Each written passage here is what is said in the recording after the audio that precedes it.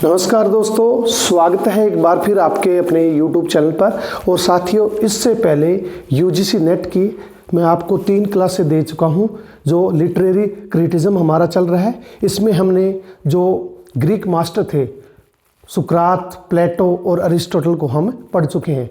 और कल के लेक्चर में मैंने आपको जो हमारे एंशिएंट रोमन क्लासिकल राइटर थे जो होरेस और लोंजाइनस को मैंने आपको उनका भी क्रिटिज्म आपको पढ़ा दिया है। और साथियों, आज जो हम डिस्कस करेंगे वो हमारे 2 एलिजाबेथन राइटर रहेंगे। आपको पता है 1558 से लेकर 1603 का जो एरा है उसको हम गोल्डन एरा के नाम से जानते हैं और इसी को एलिजाबेथन एरा भी हम कहते हैं। और इसी के अंदर एंट्री विलियम शेक्सपियर की भी होती है। तो इससे संबंधित जो 2 राइटर हैं हमारे फिलिप सिडनी और बेन जॉनसन यानी कि बेंजामिन जॉनसन, उनके बारे में हम पढ़ेंगे। और इनके आज हम वैसे तो इन्होंने फिलिप सिडनी ने एस्ट्रोफल एंड स्टेला, आर्केडिया बहुत सारे वर्क लिखे हैं, लेकिन आज हम इनको पढ़ने जा रहे हैं क्रिटिज्म पॉइंट ऑफ व्यू से। तो सबसे पहले बता दूं कि फिलिप सिडनी एक सोल्जर थे और बेन जॉनसन भी क्या थे, एक सोल्जर थे। दोनों को दोनों क्या थे, जो एलिजाबेथ की आर्मी थी उसके अंदर सिपाही थे। और इनको अच्छी तरह से जाना क्यों जाता है, ये फेमस क्यों है, क्योंकि जुटपन के युद्ध के अंदर एक जुटपन का युद्ध हुआ था जिसके अंदर फिलिप सिडनी की मृत्यु हो गई थी। और मृत्यु किस कारण हुई थी कि वो प्यासे रहे और ही वॉज सीरियसली वाउंडेड, वो बुरी तरह से घायल थे। लेकिन उन्होंने क्या किया कि उन्होंने अपना पानी है वो अपने दुश्मन को पिलाया। वो खुद भूख प्यास के मारे उनकी उस युद्ध में क्या हो गई थी, मृत्यु। और उनकी फेमस लाइन है, thy need is greater than mine. ये आपने बहुत बार पढ़ा होगा, thy need is greater than mine. ये अपने दुश्मन को पानी देते हुए इन्होंने ये शब्द कहे थे कि चाहे तुम मेरे दुश्मन हो लेकिन तुम्हारी ज़रूरत है, तुम्हें इस पानी की मेरे से क्या है, ज़्यादा ज़रूरत है। इसलिए इन्होंने वर्ड यूज़ किए, thy need is greater than mine. इसीलिए फिलिप सिडनी को हम मोस्टली जानते हैं। और इसके बाद अब पढ़ते हैं जो इनके लिटरेरी वर्क है। ये लाइन आपको ध्यान रखनी है, thy need is greater than mine, आपको याद करनी है ऐसी चीज़ें। उसके बाद हम इनके वर्क पढ़ते हैं, एन अपोलॉजी फॉर पोइट्री, और उसका जो नाम जो अदर टाइटल है, डिफेंस ऑफ पोइजी। तो ये वर्क क्या था, तो उसको जानने से पहले हम एक और राइटर के बारे में जानते हैं, स्टीफन गोसान। स्टीफन गोसान एक क्रिटिक थे, राइटर थे, और वो किससे प्रभावित थे, प्लेटो के विचारों से। मैंने आपको प्लेटो के विचार अच्छी तरह समझाए थे फर्स्ट वीडियो में कि Plato was the realistic poet, he was not a ideal. He believe that poet should be removed और poet should be banished from commonwealth और ए स्टेट। और उन्होंने पोइट्री के बारे में कहा कि ये तो सिर्फ झूठ है, पोइट्स आर लायर्स। जो लेखक हैं या राइटर हैं, क्रिटिक हैं, वो सब क्या है, झूठे हैं। They write only imaginary things. And उन्होंने ये भी कहा कि poetry is twice removed from the reality. ये बार बार आपको ये फ्रेजेस मैं क्यों दोहरा रहा हूँ, क्योंकि एग्जाम में आपके साथियों यही चीज़ें पूछी जाती है। तो इसके बाद प्लेटो से प्रभावित कौन हो गए, स्टीफन गोसान। वो भी पोइट्री के क्या हो गए, विरुद्ध हो गए कि पोइट्री के अंदर कुछ नहीं है, पोइट्री है वो इमोरल है, पोइट्री इज जस्ट इमेजिनेशन है। इमिटेशन थ्योरी जो रिपब्लिक में प्लेटो ने दी थी उसको भी इन्होंने फॉलो किया। इन्होंने माना कि poetry is just a imitation of an art. तो उससे प्रभावित होकर स्टीफन गोसान ने एक वर्क लिखा, school of abuse. School of abuse 1595 में ये वर्क आया था, स्कूल ऑफ एब्यूज, जिसके अंदर स्टीफन गोसान ने बहुत सारे राइटर और उनके वर्क को क्या किया था, उन्होंने क्रिटिसाइज किया था। एब्यूज़ का मतलब वैसे आप समझते हो गाली, लेकिन यहाँ गाली नहीं थी। इनका मतलब था कि उन्होंने उस कुछ लेखकों को और कुछ उनका वर्क था उसको उन्होंने क्रिटिसाइज किया था। और जो फिलिप सिडनी थे ये इनके क्या थे, मित्र थे। और उन्होंने ये वर्क जो अपोलॉजी फॉर पोइट्री किसको डेडिकेट किया था, school of abuse, sorry for that, school of abuse किसको डेडिकेट किया था, फिलिप सिडनी को। और जैसे ही फिलिप सिडनी ने ये इनका वर्क पढ़ा तो उनको बड़ा आघात लगा कि मेरे मित्र ने ऐसी चीज़ें लिखी है जो पोइट्री और पोइट्स के लिए क्या है, भयानक है, बुरी है। ऐसा इनको नहीं सोचना चाहिए स्टीफन गोसान को। तो उनको समझाने के लिए उन्होंने भी फिर उसके बारे में लिखा और उन्होंने लिखा डिफेंस ऑफ पोइजी, यानी कि जो इनका वर्क था उसके ऊपर इन्होंने डिफेंस ऑफ पोइजी लिखा, जो 13 पेजों का पेम्पलेट्स था, जिसके अंदर उन्होंने क्रिटिक को जो चार प्रकार से इन्होंने क्या किया था, क्रिटिसाइज किया था। इन्होंने कहा कि पोइट्री में कुछ नहीं है, वो बातें अब हम ही पढ़ेंगे। तो यहाँ इन्होंने कुछ वर्ड यूज़ किए थे, कैटरपिलर्स ऑफ कॉमनवेल्थ, ध्यान रखना है ये वर्ड किनके हैं, स्टीफन गोसान के। उन्होंने कहा कैटरपिलर्स ऑफ कॉमनवेल्थ, कि हमारे जो राज्य है, हमारी इंग्लैंड जो स्टेट है उसके कैटरपिलर्स है, यानी कि इस समाज को जो लेखक है या इनका जो वर्क है क्या कर रहा है, खोखला कर रहा है, पूरी तरह से उनको खा रहा है। तो कैटरपिलर्स ऑफ कॉमनवेल्थ, लेखक और राइटरों को कैटरपिलर्स किसने कहा, स्टीफन गोसान ने। फिर मोंग्रेल की भी परिभाषा किसने दी, स्टीफन गोसान ने। मोंग्रेल कहा, मोंग्रेल एक्चुअल में होता क्या है, एक कुत्तों की ब्रीड होती है जो 2 ब्रीड से मिला के बनाई जाती है। इन्होंने कहा कि ये जो राइटर है वो ट्रेजेडी प्लस कॉमेडी, इसको ये मिक्स कर रहे हैं और इससे नई ब्रीड बना रहे हैं जिसको हम मोंग्रेल कहेंगे। यानी कि इनका वर्क कुछ भी नहीं है, कॉमेडी प्लस ट्रेजेडी को मिलाकर ये सब राइटर इधर उधर की बातें हैं वो लिख रहे हैं, और इनकी जो पोइट्री है वो खास दम वाली पोइट्री नहीं है। तो ये सब बातें किसने लिखी, स्टीफन गोसान ने। कौन से वर्क में, स्कूल ऑफ एब्यूज में। और इन्होंने लेवल्ड 4 चार्जेस, उन्होंने 4 प्रकार के चार्जेस भी लेखक पे लगाए। उन्होंने, स्टीफन गोसान ने अपने स्कूल ऑफ एब्यूज में 4 चार्जेस लगाए, वो हमें याद रखने हैं। पहला चार्ज था, a man could employ his time more carefully than poetry.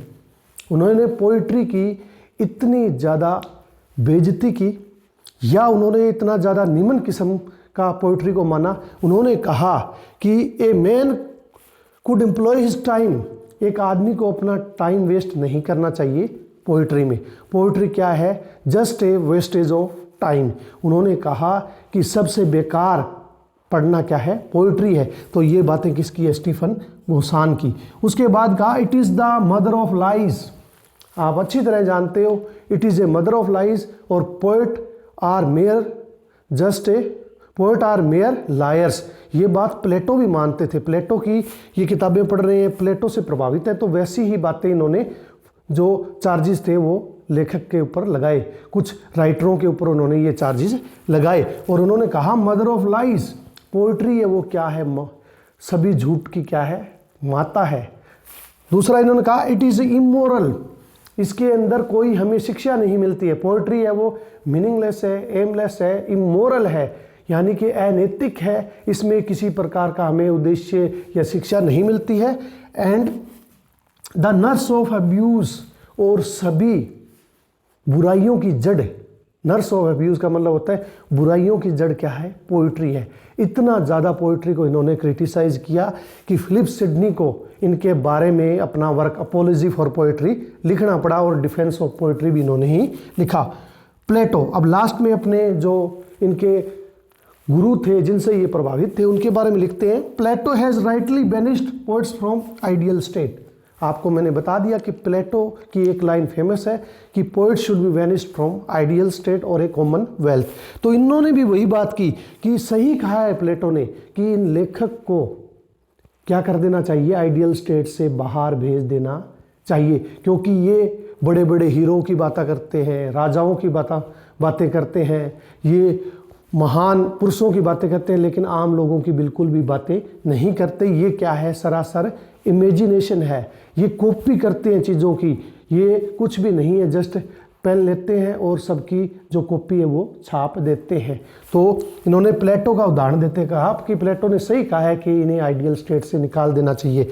ये 4 प्रकार के जो चार्जेस हैं जो क्रिटिसाइज करते हैं स्टीफन गोसान अपने स्कूल ऑफ एब्यूज़ में, आपको ध्यान रखने हैं। उसके बाद जब आपको पता है फिलिप सिडनी इनके दोस्त थे, तो इन्होंने ये वर्क इनको डेडिकेट किया, लेकिन वास्तव में ये प्रभावित किससे थे, प्लेटो से। यानी कि प्लेटो की बातें को वो अनुसरण कर रहे थे, उनकी बातों को लेकर उन्होंने ये लिखा। लेकिन जैसे ही फिलिप सिडनी ने ये पढ़ा तो उन्होंने अपोलॉजी फॉर पोइट्री, उन्होंने कहा आपको पता है जिस व्यक्ति ने thy need is greater than mine, ऐसा व्यक्ति हो तो वो किसी प्रकार का क्रिटिज्म नहीं लिखेगा। तो उसने कहा कि मैं माफ़ी मांगता हूँ कि स्टीफन गोसान ने ऐसी बातें अपनी पोइट्री में लिखी है। और डिफेंस ऑफ पोइट्री, मैं हमारी जो साहित्य है या पोइट्री है इसका डिफेंस करता हूँ, यानी कि मैं स्टीफन्स की सारी बातें काटता हूँ। और डिफेंस ऑफ पोइट्री में इन्होंने 4 की 4 बातें अपनी लिख दी। क्या लिखी? Poetry alone teaches and more virtue therefore a man spend his time in it. कहते हैं कि पोइट्री, इनका मोटो था poetry gives instruct, delight and pleasure.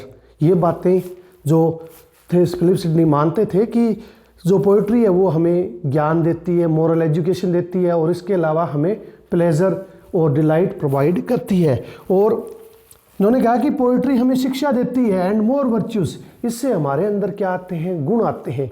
एक व्यक्ति है, किसी व्यक्ति की बायोग्राफी, ऑटोग्राफी या क्रिटिज्म पढ़ता है तो वो खुद एनालाइज करता है, उससे उसको अपने ज्ञान के बारे में क्या होता है? इंट्रोस्पेक्शन होता है, यानी कि उसको इससे ज्ञान मिलता है, खुशी मिलती है।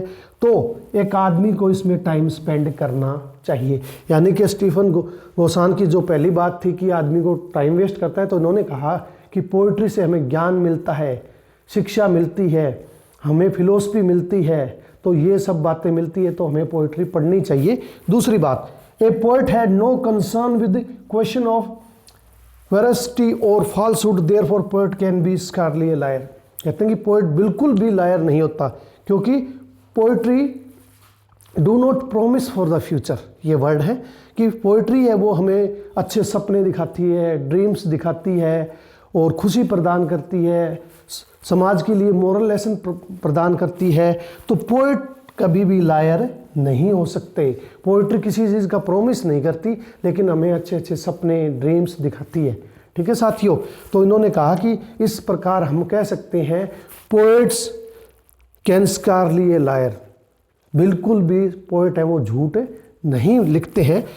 थर्ड था, it is a man's wit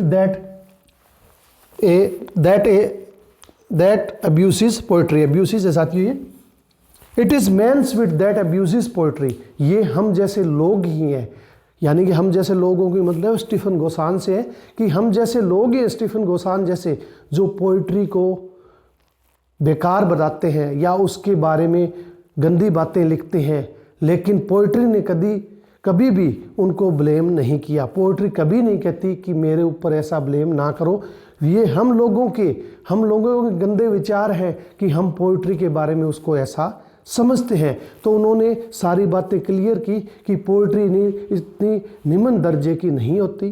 poetry है वो टीचिंग भी देती है, इंस्ट्रक्ट भी करती है, डिलाइट भी देती है और प्लेजर भी देती है और समाज के लिए मोरल लेसन भी देती है। तो इन्होंने उनकी बात काट दी कि ये हम लोग हैं, इट्स मैंस विस्ट, ये आदमी ज़्यादा बुद्धिमान हो गया है जो पोइट्री को क्या बता रहा है? बेकार। यानी कि स्टीफन गोसान को वो आप कह सकते हो कि डांट लगा रहे हैं या उनको स्कोल्ड कर रहे हैं, रिब्यूक कर रहे हैं, झिड़क रहे हैं कि ये तुम जैसे या हम जैसे लोग हैं जो पोइट्री को बेकार बताते हैं, लेकिन वास्तव में पोइट्री क्या है? Very delightful. उसके बाद जैसे प्लेटो ने, उन्होंने कहा कि प्लेटो की बात इन्होंने मानी कि प्लेटो ने कहा है कि जो राइटर हैं उनको स्टेट से निकाल देना चाहिए क्योंकि वो बेकार की बातें करते हैं। तो इन्होंने प्लेटो का उदाहरण दिया, Plato is a without foundation, Plato did not find any fault but only the poets of his time. इन्होंने समझाया कि स्टीफन गोसांस, प्लेटो का कहने का मतलब ये नहीं था, प्लेटो के समय कुछ राइटर ऐसे थे जिन्होंने बेकार चीज़ें लिखी थी, तो उसके बारे में उन्होंने ऐसा कहा है, लेकिन उनकी फाउंडेशन में कभी भी ये नहीं लिखा कि सारे के सारे पोइट हैं वो क्या है? बेकार हैं, या सारी की सारी पोइट्री है वो ऑल इज वेस्टेज, कि सारी की सारी पोइट्री है वो बेकार है। तो उनकी बात उन्होंने कहा कि आप प्लेटो को अच्छी तरह पढ़िए, स्टीफन गोसान से कहा कि आप प्लेटो को अच्छी तरह पढ़िए कि उन्होंने सारी की सारी पोइट्री है वो गलत नहीं बताई है। वो हो सकता है उस समय के कुछ राइटर ने ऐसा कुछ बेकार वर्क लिख दिया हो जिसकी वजह से प्लेटो ने उनको क्रिटिसाइज किया है, लेकिन सारे के सारे राइटर या सारे का सारा लिटरेचर या पोइट्री है वो बेकार नहीं होता। यानी कि 4 बातें इन्होंने इसके अंदर लिखी और 4 बातें फिलिप सिडनी ने उस बातों को काटते हुए अपना डिफेंस ऑफ पोएजी लिखा। और लास्ट में डिफेंस ऑफ पोएजी है वो एक बड़ी बुक का रूप धारण कर लेती है। पहले ये 13 पेजों में जो लिखा गया था डिफेंस ऑफ पोइजरी, यानी कि ये छोटे, अब 4 इन्होंने जो चार्जेस लगाए थे राइटर्स पे, तो 4 ही इन्होंने जवाब दिए, तो वो 13 पेजों का एक डिफेंस ऑफ पोइजरी था।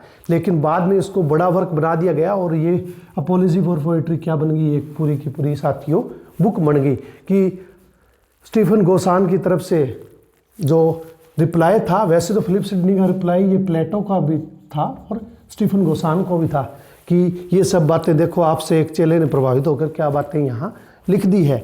तो उस बातों को उन्होंने डिफेंस करा और उसको एक बुक का नाम दे दिया, an apology for the poetry. तो साथियों ये सब चीज़ें थी जो फिलिप सिडनी के बारे में है। इसके अलावा जो इन्होंने पोइट्री के 3 टाइप बताए वो भी आपको ध्यान रखना है। Religious, philosophical, imagination. इन्होंने कहा कि पोइट्री 3 प्रकार से लिखी जाती है। पहला है रिलीजियस पोइट्री, कि हम किसी धार्मिक ग्रंथों को पढ़ते हैं, जैसे बाइबल है या गीता है, रामायण है, उनसे प्रभावित होते हैं और हम पोइट्री लिखना शुरू कर देते हैं। फिर है फिलोसफिकल। कई बार जो मैंने पहले भी बताया था कि कल हमने जो पढ़े थे उनके अंदर हमने पढ़ा था कि poets are god gifted. Poet है वो गॉड गिफ्टेड होते हैं। जहाँ ना पहुँचे कवि वहाँ, जहाँ ना पहुँचे रवि वहाँ पहुँचे साथियों कवि। तो ऐसी बात थी। तो फिलोसफिकल होते हैं, यानी कि उनके विचार है वो उच्च क्वालिटी के होते हैं, हाई इमेजिनेटिव होते हैं। तो वो व्यक्ति क्या लिख सकते हैं, फिलोसफी। फिर है इमेजिनेशन। और अच्छी साहित्य या पोइट्री या लिटरेचर कौन लिख सकता है, जिसकी अच्छी क्या हो, सोच हो, इमेजिनेशन हो। तो उन्होंने 3 प्रकार की पोइट्री है, रिलीजियस, फिलोसफिकल और इमेजिनेटिव। कई बार ये एग्जाम में पूछा गया है कि किस प्रकार की 3 पोइट्रियों का फिलिप सिडनी ने जिक्र किया है, तो रिलीजियस है, फिलोसफिकल और इमेजिनेशन है।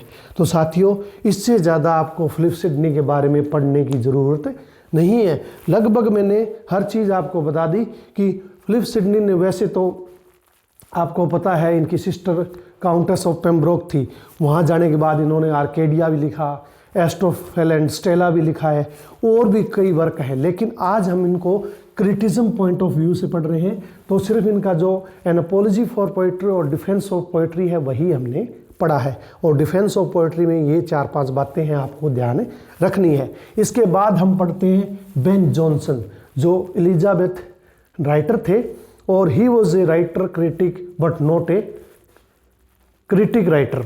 ही was not a writer of criticism, यानी कि ये पोएट थे, प्ले राइट थे, बट नॉट ए क्रिटिक। लेकिन ये क्रिटिज्म लिखने वाले राइटर नहीं थे, इनका एक भी वर्क नहीं है क्रिटिज्म के ऊपर। लेकिन पढ़ा इसलिए रहा हूँ कि वैसे तो कुछ साथी इसको पढ़ाते भी नहीं है, लेकिन मैं आपको थोड़ा जानकारी दे देता हूँ कि आगे ये कई बार इसमें से क्वेश्चन है वो पूछ लिया जाता है। तो उस पॉइंट ऑफ व्यू से हम बेन जॉनसन को भी साथी वो पढ़ रहे हैं, क्योंकि जैसे ही फिलिप सिडनी आते हैं तो उनके साथी जो सिपाही होते हैं वो कौन होते हैं, बेन जॉनसन। और इनका famous work every man in his humour, जो इनका प्ले है जो ग्लोब थिएटर के अंदर फरमाया गया था, तो वो फेमस है, उसके बारे में भी थोड़ा जानेंगे। तो बेन जॉनसन एक क्लर्जी मैन के बेटे थे और इन्होंने एक वर्क लिखा था इजले ऑफ डॉग। इजले ऑफ डॉग के लिए जब इन्होंने वर्क लिखा तो इनको काफ़ी क्रिटिसाइज किया गया, और इनके साथ कुछ राइटर्स और थे जिनको कुछ समय के लिए जेल में डाल दिया गया था। और जब वो ये जेल से वापस आए तो ये एक बहुत स्ट्रॉन्ग व्यक्ति थे, मस्कुलर मैन थे। He killed a man his fellow actor. उनके साथ में एक व्यक्ति थे गैब्रियल नाम के, उनकी इन्होंने क्या कर दी थी साथियों, हत्या कर दी थी। तो इतने मस्कुलर इंसान थे और वेरी एंग्री यंग मैन थे कि इन्होंने अपने फेलो एक्टर की क्या कर दी थी, हत्या कर दी थी। और ये क्लर्जी मैन के थे, इन्होंने बाद में कैथोलिज्म को धर्म बना लिया था, इसलिए बाद में इनकी जमानत भी हो गई थी। और वहाँ से आने के बाद इन्होंने एक वर्क लिखा every man in his humour, जो कि फेमस है, जो हमारे पित्त कफ जो 4 टाइप्स ऑफ पेल्स होते हैं उनके बारे में ये फेमस है। Every man in his humour इन्होंने एक वर्क लिखा, और इसके अंदर इन्होंने किसको काम दिया, शेक्सपियर को, जिसको हम फादर ऑफ ड्रामा मानते हैं। तो उनको जो विलियम शेक्सपियर थे उनको इन्होंने रोल दिया, और उन्होंने किसका रोल किया इसके अंदर, नोवेला का रोल किया। जो every man in his humour इनका फेमस वर्क है, उसके अंदर विलियम शेक्सपियर ने जो मेन करेक्टर है उसका रोल किया, और उस करेक्टर का क्या नाम था, novella. Johnson said Shakespeare has walled 3 unities. और जैसा कि बेन जॉनसन भी आपको पता है, अरिस्टोटल ने 3 यूनिटी ऑफ ट्रेजेडी दी थी, unity of time, unity of action and unity of place. इन चीज़ों को फॉलो करते थे जब भी वो ड्रामा या ट्रेजेडी लिखते थे। लेकिन बेन जॉनसन ने कहा कि शेक्सपियर ने इन 3 रूल्स को क्या किया है, वॉयलेट किया है, यानी कि इन 3 रूल्स को अपने वर्क में फॉलो नहीं किया। जो कौन सा था, every man in his humour. तो वैसे तो मैंने unity of time, unity of place, unity of action 3 TPA आपको पहले पढ़ा दिया है। जब अरिस्टोटल का जिक्र कर रहे थे तो मैंने बताया था, लेकिन थोड़ा इसको आज हम साथियों थोड़ा डिटेल में समझ लेते हैं। ठीक है साथियों, थोड़ा फास्ट इसलिए बोल रहा हूँ साथियों क्योंकि लंबी क्लासें होती है, फिर 1-2 क्लास और शायद अच्छा दिन हो तो लगभग हो सकता है कि ये बुक हम कंप्लीट जल्दी कर लें। तो unity of time, unity of time क्या होता है कि जब भी कोई ट्रेजेडी या प्ले हम लिखते हैं तो उसमें एक यूनिटी ऑफ टाइम, टाइम निश्चित होता है। ये नहीं कि ट्रेजेडी या प्लॉट हमें करने में या किसी स्टेज शो को करने में हम 2, 4, 6 दिन लगेंगे, तो 24 घंटे का, यानी कि यूनिटी ऑफ टाइम क्या होता है कि यूनिटी ऑफ टाइम में सिर्फ आपको 24 घंटे के अंदर कोई नाटक है, ड्रामा है, वो परफॉर्म करना होता है। It starts in the morning and it ends in the evening. जो ड्रामा है या ट्रेजेडी है, यूनिटी ऑफ टाइम के अनुसार, रूल के अनुसार, अरिस्टोटल के अनुसार 24 आवर्स, या it starts in the evening, it starts in the morning and it ends in the evening. सुबह स्टार्ट होना चाहिए और शाम को ख़त्म हो जाना चाहिए। यानी कि कोई भी ड्रामा या प्ले हम जब लिखते हैं या उसको परफॉर्मेंस देते हैं तो वो 24 घंटे से ज़्यादा एक्सीड नहीं होना चाहिए। इसको बोलते हैं यूनिटी ऑफ टाइम, जो किसने दी थी, अरिस्टोटल ने। फिर यूनिटी ऑफ प्लेस कि हमें स्थान का भी ध्यान रखना होगा। अगर 24 घंटे के अंदर स्टेज शो कर रहे हैं या कोई ट्रेजेडी कर रहे हैं, ड्रामा कर रहे हैं, तो हम जगह जगह कंट्रियों में नहीं घूम सकते या डिफरेंट प्लेस में हम उसकी सेटिंग नहीं कर सकते। यानी कि हमें सेटिंग है वो क्या करनी होगी, फिक्स्ड सेटिंग। यानी कि कोई ट्रेजेडी कर रहे हैं या प्ले कर रहे हैं तो उसकी सेटिंग है वो साथियों क्या होनी चाहिए, फिक्स होनी चाहिए। जैसे आप फिल्म देखते हो, कई मूवी बनने में 1.5 साल लग जाता है, 1 साल लगता है, क्योंकि वो जगह जगह जाते हैं। लेकिन उन्होंने कहा कि यूनिटी ऑफ प्लेस होना चाहिए, यानी कि 24 घंटे के होना चाहिए अंदर, 24 घंटे के अंदर अंदर वो सीरियल है या ट्रेजेडी या ड्रामा है वो पूरा होना चाहिए। फिक्स सेटिंग, जगह जगह नहीं घूमना, एक जगह सेटिंग लो और वहाँ से अपना ड्रामा या प्ले आप कंप्लीट करो। फिर यूनिटी ऑफ एक्शन, एक्शन की यूनिटी होनी चाहिए, यानी कि कड़ी बननी चाहिए। पहले आपने ये किया कि 24 घंटे से ज़्यादा एक्सीड नहीं हुआ, फिर आपने क्या किया, यूनिटी ऑफ प्लेस रखी कि ज़्यादा घूमना नहीं है, हमें ज़्यादा समय नहीं लगाना। फिर है unity of action. Unity of action का मतलब है बेगर शुडंट बी लाइक किंग, कि हम जो करैक्टर ले रहे हैं, कल करैक्टर के बारे में बताया था, फ्लैट और राउंड करैक्टर होते हैं अरिस्टोटल के अनुसार। जो हमारा राउंड करैक्टर है वो मुख्य करैक्टर होता है, main protagonist of the tragedy या ड्रामा होता है। तो वो क्या होना चाहिए, he behaviour should be like as is characterisation, यानी कि जैसा उसको करेक्टर करने का मिलता है उसके अकॉर्डिंग बिहेव करना चाहिए। अगर किसी को एक भिखारी का रोल दिया जाता है तो वो भिखारी दिखने में भी हो, बोलने में भी हो, और सब चीज़ें अपीयरेंस में, दिखने में, बोलने में, हर चीज़ में वो भिखारी नज़र आना चाहिए। और अगर किसी को राजा का रोल दिया जाता है तो king should be behave like a king. King है, उसकी वेशभूषा है या उसकी लैंग्वेज है या उसका जो आसपास का माहौल है वो सब क्या होना चाहिए, राजा की तरह होना चाहिए। तो ये बातें होती यूनिटी ऑफ एक्शन। जो भी मेन प्रोटोगनिस्ट रोल अदा करता है तो उसको behave according to role, according to character के उसको करना होगा। इसको कहते हैं यूनिटी ऑफ एक्शन। लेकिन उन्होंने कहा कि विलियम शेक्सपियर ने जो रोल किया है every man in his humour, उन्होंने 3 यूनिटी ऑफ एक्शन को क्या कर दिया है, तोड़ दिया है। यानी कि उनको फॉलो नहीं किया, या तो 24 घंटे से ज़्यादा लगा दिए, या इन्होंने जो उनके मेन तो था यूनिटी ऑफ एक्शन फॉलो नहीं किया। क्योंकि उनके जो आप देखते हो कि most of the Shakespeare play में आपको फेमिनियन क्वालिटी दिखाई देती है, तो हर बार फीमेल को लेना भी क्या है, against to the unity of action. फिर है इनका एक वर्क आया था डिस्कवरीज, बेन जॉनसन का, जिसको कई बार साथी समझ लेते हैं कि ये क्रिटिज्म का वर्क है, लेकिन ये क्रिटिज्म का वर्क नहीं है। बेन जॉनसन ने जितने भी अपने प्ले के लिए प्रीफेस लिखे थे तो उन प्रेफेस का कलेक्शन किया गया और इनके जो फॉलोअर थे बेन जॉनसन के और इनके स्टूडेंट थे जहाँ ये पढ़ाते थे, तो उन्होंने उनके प्रीफेस को इकट्ठा किया और एक बुक में पब्लिश कर दिया जिसका नाम था डिस्कवरीज। तो ये बेन जॉनसन का कोई क्रिटिज्म का वर्क नहीं है, ये मान लेते हैं कई बार क्रिटिज्म में, लेकिन ये क्या है, इनका जो प्रीफेस है उनका क्या है साथियों, कलेक्शन है। तो साथियों ये आपकी छोटी सी क्लास थी जो एलिजाबेथ दो राइटर हैं हमारे, फिलिप सिडनी और बेन जॉनसन, और आगे हम जॉन ड्राइडन को पढ़ेंगे, अलेक्जेंडर पोप को भी पढ़ाऊंगा। तो लगभग मैं मानता हूँ कि 5-10 दिन में आपकी लगभग ये जो पूरी बुक है and introduction to English literary criticism, ये आपकी क्या हो जाएगी, कंप्लीट हो जाएगी। और लास्ट में एक छोटी सी जानकारी और देता हूँ कि अरिस्टोटल को फादर ऑफ क्रिटिज्म किसने कहा, John Dryden. Father of English literature, father of criticism किसको मानते हैं हम, अरिस्टोटल को, और ये किसने कहा, जॉन ड्राइडन ने। पहले मैं भूल गया, 1-2 वीडियो में कई बार देखो सारी बातें लिखी भी नहीं जाती और सारी बातें कई बार लेक्चर में पूरी भी नहीं होती। और इसके अलावा जो इंग्लिश क्रिटिज्म के फादर हैं वो हम किसको मानते हैं, सैमुअल जॉनसन को। और जब सैमुअल जॉनसन पढ़ाऊंगा तो आपको पता भी लग जाएगा कि उनको फादर ऑफ इंग्लिश क्रिटिज्म हम क्यों कहते हैं। तो आपको 2 बातें और बता दी कि फादर ऑफ इंग्लिश क्रिटिज्म है वो हमारे अरिस्टोटल हैं, क्योंकि अरिस्टोटल ने ही ये सब शुरू किया थ्योरियाँ, और उनसे ही प्रभावित होकर ये सब लिख रहे हैं। तो ये भी इंस्ट्रक्ट, डिलाइट प्लस प्लेजर से ही प्रभावित होकर लिख रहे हैं। और जो हमारे सैमुअल जॉनसन है उनको फादर ऑफ इंग्लिश क्रिटिज्म हम मानते हैं। तो ये छोटी छोटी साथियों आपको बहुत ध्यान रखनी है। और साथियों जल्द ही नेक्स्ट वीडियो में मिलते हैं जिसके अंदर ज़्यादा तो नहीं, करीबन 2 या 3 राइटर हम लेने की कोशिश मैं करूँगा। 2 से ज़्यादा राइटर ले लेते हैं तो बोर्ड पे जो मेन बातें वो लिखी भी नहीं जाती। और साथियों अगर आपको समझ आ रहा है तो थोड़ा लाइक या आप शेयर भी कर दिया करो, क्योंकि जो साथी ट्यूशन वगैरह कहीं नहीं जा सकते या कई बार फीमेल्स की प्रॉब्लम होती है कि वो ट्यूशन कोचिंग वगैरह नहीं कर सकती, अगर आप ये क्लासें बेसिक कर लेते हो तो आपका बेसिक है वो क्लियर हो जाएगा। उसके बाद कोई भी अच्छे नोट्स या बुक्स उठा के आप अपना जो तैयारी है वो शुरू कर सकते हो। टिल देन साथियों टेक केयर।